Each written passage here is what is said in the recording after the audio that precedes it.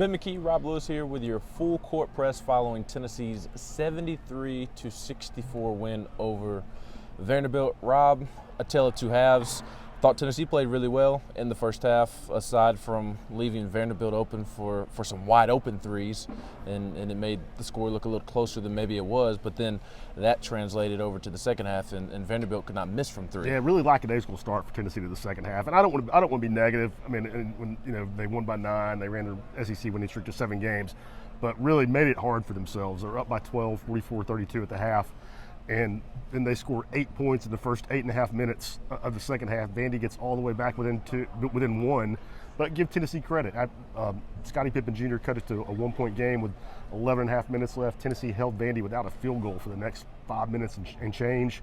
John Fulkerson, I thought, made maybe the biggest play of the game with a 3-point play that answered Pippen's layup. But for a coach, it's a perfect situation. You got to win, and you also got a game tape where you got all kinds of mistakes to point out as teaching moments. Yeah, and Rick was visibly frustrated post game, and rightfully so because of the lackadaisical start to the second half. But I do think there's a lot to build off of, and I think there are a lot of positives when you look at it from a big perspective, and that is that Vanderbilt they're not a bad team. No, they're not. Came in they 5 are and better. 6. Yes, and as Rick said, they've been in every game that they've played the last month. So I do think there are building blocks from this game, even if it is Vanderbilt. Yeah, I mean, Tennessee won in a game where Santiago Vescovi and Kennedy Chandler, the two leaders in minutes played way below their average because of foul trouble. I thought the biggest.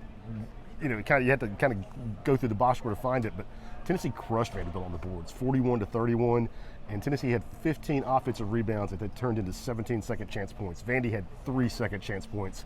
In a game you win by 9, that's a huge number. It is, and Josiah Jordan James deserves a lot of credit for that. He did not have a good shooting night. 2 of 14, 1 of 7 from 3, but still managed to have a double-double, and he was 9 of 10 from the free throw line despite a poor shooting night. So that rebounding effort was big for the Vols. And I think that's a sign of maturity, too, a really mature team player, and that when you just can't throw it in the ocean, you can't buy a bucket, that doesn't affect your effort, that doesn't affect you doing all the other little things that can help your team win. Yes, also a sign of a really good basketball player. 2 more things to hit on before we get out of here. Big picture things. Tennessee has now won 10 in a row over Vandy, 12 of the last 13, and Jerry Stackhouse 0 of 6 against Rick Barnes. I know that makes Tennessee fans feel good, but looking forward, Kentucky Tuesday night, 9 p.m. Eastern tip. That'll be fun, won't it, Rob? And then next Saturday at Arkansas. Tennessee's looked better this last month, but it's a big test this week. They've also been they've won 7 in a row. You can't discount that. 7 SEC games in a row, but they've also been favored in all 7 of those games. You should have won. Should have won those games. And to their credit, they didn't slip up. They weren't upset, but it's getting ready to get tough. You got 2 against Arkansas. You just mentioned Kentucky Tuesday night. Auburn obviously coming in here, and then 2 that should be gimmies with Missouri and Georgia, but overall a tough finish. But big picture, Tennessee's in 3rd place by themselves today after Arkansas lost to Alabama.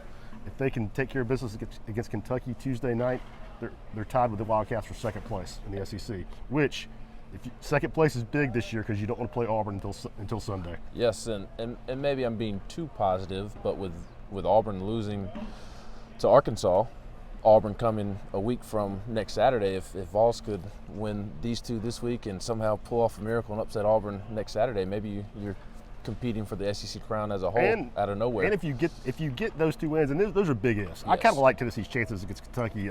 Last I heard, Kentucky's going to be without Ty Washington Tuesday night, I think.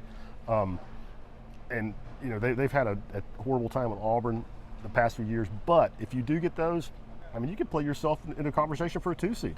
Absolutely. It feels like Tennessee's trending in the right direction. Feels like they're playing better basketball. We'll see just how improved they are this upcoming week. He's Rob Lewis.